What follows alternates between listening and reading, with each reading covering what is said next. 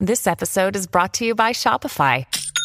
Forget the frustration of picking commerce platforms when you switch your business to Shopify, the global commerce platform that supercharges your selling wherever you sell. With Shopify, you'll harness the same intuitive features, trusted apps, and powerful analytics used by the world's leading brands. Sign up today for your $1 per month trial period at shopify.com/tech, all lowercase. That's shopify.com/tech. This episode is brought to you by Experian. Are you paying for subscriptions you don't use but can't find the time or energy to cancel them? Experian could cancel unwanted subscriptions for you, saving you an average of $270 per year and plenty of time. Download the Experian app. Results will vary. Not all subscriptions are eligible. Savings are not guaranteed. Paid membership with connected payment account required. This is Optimal Finance Daily. How mindful are your relationships? By Melanie Schwader with NoSidebar.com. And I'm your host and personal finance enthusiast, Diana Merriam.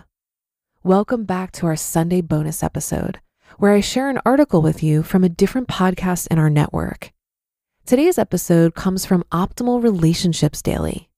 So with that, here's Greg with the post and commentary as we optimize your life.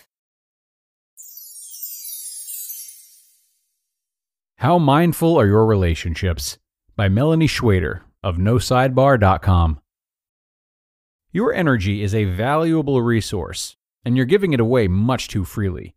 How many times have you felt like you're the only one putting in the work in a relationship? Maybe you feel like you're always the first one to reach out, the first one to suggest plans, the first one to make a move. While this in and of itself is not a bad thing, when it becomes a pattern, it can be a red flag. Too many of us keep pouring energy into one-sided relationships. But why? In the Zen philosophy, where you invest your energy can in turn create your reality. And just like how you work, how you keep your home, and how you treat your body can reflect your inner priorities, the relationships that you maintain can either help or hinder your quest for simplicity and health. Relationships and self-care.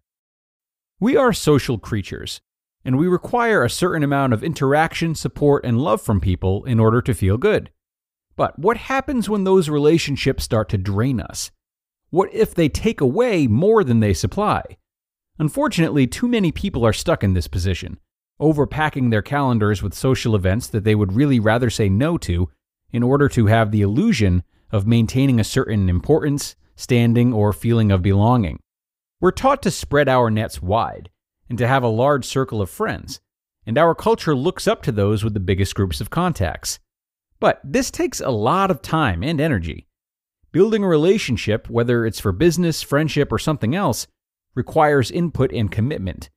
And too often, this takes away from our downtime, our self-care, and our pursuits of hobbies and other things that light us up. Despite the message that bigger social networks are better, research has shown that we can't actually maintain deep, lasting, and fulfilling relationships with more than about 12 people at any given time.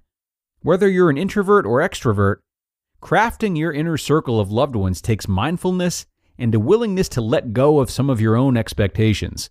I've seen in my own life and the lives of my loved ones the expectation monster rear its ugly head and destroy what could have been a healthy relationship. Learning to let go and let people be exactly who they are is one of the keys to living a more free, happy, and mindful life. Easier said than done, I know. Removing the unnecessary. Living simply means cutting back to what really matters, and that extends to our relationships too. Perhaps you've done a friend purge on social media, or witnessed the slow fizzle out of acquaintances in the past. However, in your quest for inner peace, it's important to sit down and be deliberate about who you let stay in your life. I can't tell you how many people I've unfriended or unfollowed because that energy didn't resonate with mine. They were bringing me down in some way. I also can't tell you how many people simply disappeared from my life when I stopped always being the one to reach out and talk or make plans. I gave up on their half-hearted texting, their non-committal answers, their general ambivalence about me in their life. And yes, it hurt. It hurt badly with some of those people. And yes, it still hurts sometimes. I'm human after all. But I feel so much less shame, guilt, and discomfort about saying a hearty farewell to the people who don't respect my energy. Taking stock of your current relationships may sound cold or unemotional, but in truth, it's anything but. This process requires you to become fully present in yourself and tune into your body's energy.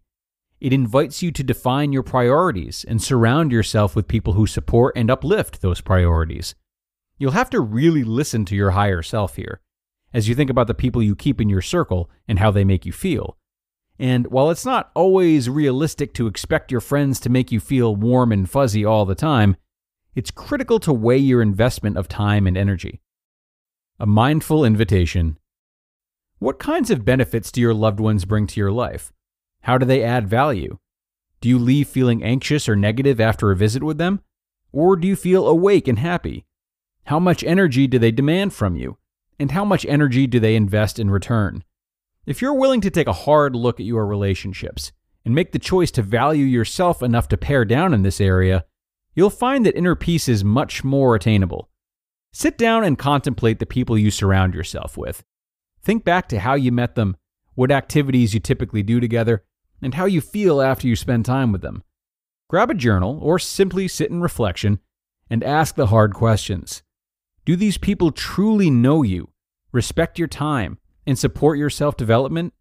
Take a look at your friendships, work contacts, who you follow on social media, and even your family members. Be willing to let unsupportive relationships fade or, if necessary, cut them out completely. I know this is a hard process, friends, and is a continual practice. Setting healthy boundaries is a critical aspect of self-care, and one that far too many of us ignore. We're energetic creatures, and we exchange energy with each and every person we interact with, whether it's face-to-face, over the phone, or through a screen. But trust me, after you've worked these muscles long enough, it will get easier to spot the people who don't support your best self. You deserve to find your tribe.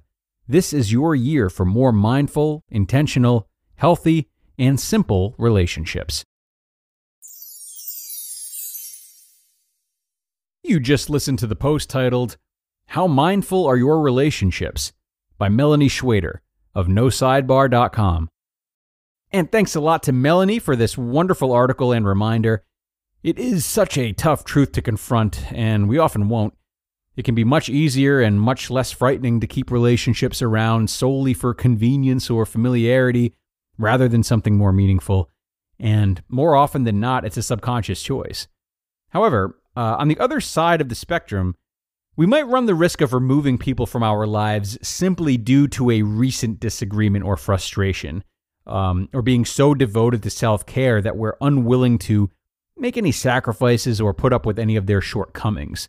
And obviously, this can be very damaging too, and we want to find that line in the middle.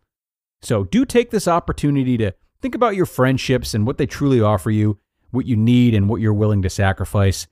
And take stock of this over time as well, so as not to let your current emotions get the best of you in the face of one single argument maybe. This is something I've been working on myself, so I'm really glad we found this article at the right time. That is the end though, everyone.